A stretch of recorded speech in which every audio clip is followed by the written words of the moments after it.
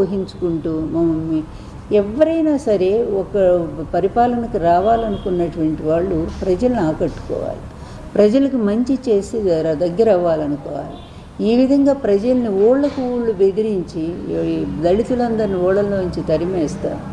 ఆడపిల్లలను అన్యాయంగా చెరుస్తున్నటువంటి వాళ్ళకి అండగా ఉంటూ పవన్ కూడా అట్లా తోడయ్యాడు, వాళ్ళకి తోడయ్యాడు. ఈ ముగ్గురు కలిసి ఈరోజు రాష్ట్రాన్ని ఎంత సర్వనాశనం చేస్తున్నారంటే, సర్వనాశనం అయిపోయింది ఆల్రెడీ. ఎక్కడికో పోవాల్సినటువంటి ఆంధ్రప్రదేశ్ ఎంత పెద్ద పెద్ద పరిశ్రమలు వచ్చినాయో అవన్నీ ఇప్పుడు ఎక్కడున్నాయో కూడా అడ్రస్ లేకుండా కేవలం ఒక ఎవరో కోసం పెద్ద పెద్ద పారిశ్రామికవేత్తలను కూడా తరిమేసే పరిస్థితి ఈరోజు. ఆ బాంబే నటి ఎవరు, ఆమె కోసం అటువంటి జిందాల్ సంస్థనే తరిమేసినటువంటి ఘనత ఒక చంద్రబాబుకే దక్కుతుంది. నా దృష్టిలో ఈ చంద్రబాబు రాజకీయవేత్త కాదు. అలాగే లోకేష్ అంతకంటే చెప్పాలి అంటే అసలు అంత పనికి మాలినవాడు, పనికి మాలినవాడు. అట్లాంటి వాడిని ప్రజలు ఎవరు కాదు, పార్టీ కూడా ఊహించలేదు. వాళ్ళ అవకాశం కోసం, ఏదైనా పదవుల కోసం పొగడొచ్చేమో కానీ అతని ముందు. కానీ బయట అందరికీ తెలుసు, మేధావులు కానీ ప్రజలు కానీ ఎవరు యాక్సెప్ట్ చేయని వాళ్ళు ఎవరంటే ఈ తండ్రి కొడుకులే. వీళ్ళు ఎప్పుడు కూడా స్వతహాగా గెలవరు, అవకాశవాద రాజకీయాలతో ముందుకు వచ్చేటువంటి వాళ్ళు. అందువలన జగన్ను తిట్టడానికి మహానాడే అవసరం లేదు. మహానాడులో ఎన్టీఆర్ ఆశయాన్ని చెప్పలేనటువంటి మీరు, ఎన్టీఆర్ ఆత్మని తీసుకొచ్చి ఆర్టిఫిషియల్ ఇంటెలిజెన్స్ ద్వారా మాట్లాడించే మీరు ఎంత దిగజారుడు రాజకీయాలు చేశారనేది స్పష్టంగా అర్థమవుతుంది. ఎన్టీఆర్ ఇంప్లిమెంట్ చేసిన ₹2 కిలో బియ్యం, ఎన్టీఆర్ ఇంప్లిమెంట్ చేసినటువంటి సంపూర్ణ మద్యపాన నిషేధం, ఆయన అదేవిధంగా రైతులకు హార్స్ పవర్ ₹50, ఎన్నో పథకాలు ఆయన అమలు చేసి మరి ఇప్పటికి కూడా మంచి పేరు ప్రజల్లో సంపాదించుకున్నారు. అట్లాంటి పథకం ఏ ఒక్కటన్నా చేయగలిగారా? ఇళ్ళు కూడా మద్యాన్ని పారిస్తూ కుటుంబాల సర్వనాశనానికి తోడ్పడుతున్నటువంటి మీరు ఎన్టీఆర్ పేరు ఎత్తే అర్హత ఉందా? ఆయన ఎంత క్షోభిస్తుందో ఆయన ఆత్మ.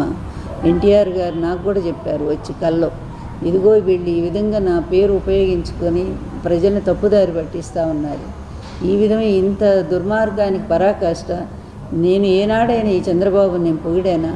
చంద్రబాబు లాంటి నీచుడు లేడని చెప్పాను కదా. అలాంటిది ఇతను ఈ విధంగా చెప్పి పైగా ఆయన కొడుకును కూడా పొగిడించుకోవటం అనేది నాకు పరమ అసహ్యంగా ఉంది. నా ఆత్మ క్షోభిస్తూ ఉందని ఎన్టీఆర్ గారు నాకు కూడా చెప్పారు. అదే నేను కూడా చెప్తా ఉన్నాను. అందువల్ల అది మహానాడు కాదు, ఒక పీడానాడు అని చెప్పుకోవాల్సిన అవసరం ఉంది.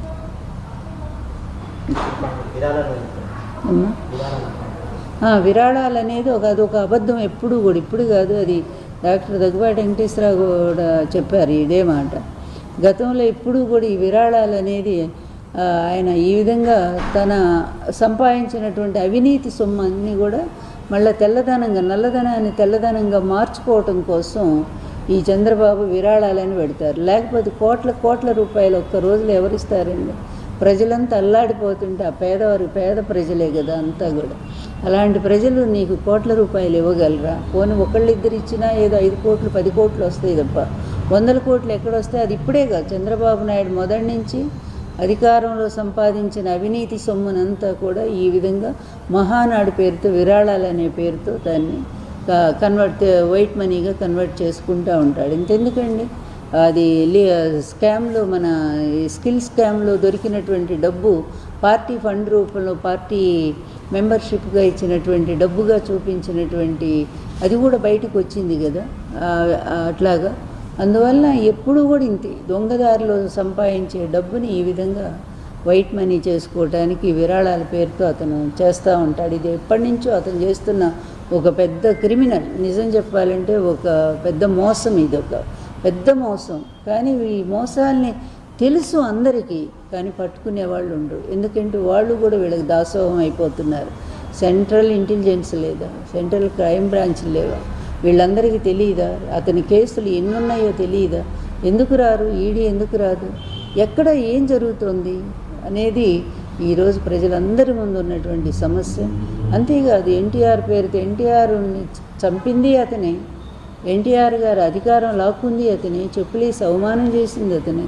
మళ్ళీ ఎన్టీఆర్ విజ్ఞాన్ ట్రస్ట్ అని ట్రస్ట్ పెట్టి దాని పేరుతో ఫారిన్ నుంచి అక్కడ విరాళాలని 1000 కోట్లు, అదంతా కూడా వాళ్ళు విరాళాలు ఎంత ఇచ్చారో నాకు తెలియదు, కానీ అంత అయితే ఇవ్వరు కదా. కానీ ఆ విధంగా కూడా ఇతను బ్లాక్ మనీని వైట్ చేసుకున్నాడు. అతి తెలివితేటలు, డబ్బు సంపాదించడంలో అతను మించిన వాళ్ళు ఎవరు లేరు. నంబర్ 1 రిచెస్ట్ సీఎం అని చెప్పి మొన్ననే కదా చూసాం మనం. భారతదేశం అత్యంత ధనవంతుడైన ముఖ్యమంత్రి చంద్రబాబు నాయుడు అనేది. అందువలన ఎక్కడి నుంచి వచ్చింది 2 ఎకరాల పెద్ద మనిషికి ఇంత డబ్బు ఎక్కడి నుంచి వస్తూ ఉంది అంటే వాటికేం సమాధానం చెప్పరు, ఏమీ చెప్పరు. ఆ హెరిటేజ్ ఎప్పుడూ కూడా అది నష్టాల్లోనే నడుస్తూనే ఉంటుంది. అతను అధికారంలో రాగానే దాని షేర్స్ పెరిగిపోతాయి, సడన్గా పెరిగిపోతాయి, దాంట్లో 1000 కోట్లు వచ్చేస్తాయి. ఈ విధంగా ఒక దొంగ వ్యాపారాలు చేస్తూ దొంగతనంగా ప్రజల సొమ్మును లూటీ చేస్తూ ఈ తండ్రి కొడుకులు మరి ఉపన్యాసాలు మాత్రం భారీగా చెప్పుకుంటూ చివరికి ఎన్టీఆర్ పేరుని, ఎన్టీఆర్ ఆత్మను కూడా ఉపయోగించటం అనేది వీళ్ళ ఒక నీచమైన రాజకీయానికి అదొక పరాకాష్ఠ స్థితిగా నేను భావిస్తున్నాను. అది చాలా తీవ్రంగా ఖండిస్తున్నాను నేను. ఎందుకంటే ఎన్టీఆర్ గారు మరోసారి మీరు వెన్నుపోటు పొడుస్తున్నారు ఈ విధంగా. ఎన్టీఆర్ గారు ఉంటే నువ్వు ఎప్పుడో జైలుకు పోయేవాడు, ఆ సంగతి అందరికీ తెలుసు. ఆయన స్వయంగా చెప్పిన మాట నేను చెప్తున్నాను నేను. అందువలన అట్లాంటిది ఆయన ఈ విధంగా మీరు ఉపయోగించినంత మాత్రాన ప్రజలు నమ్ముతారనుకుంటే అదొక మీ వెర్రితనం, అంతే, మీ మూర్ఖత్వం.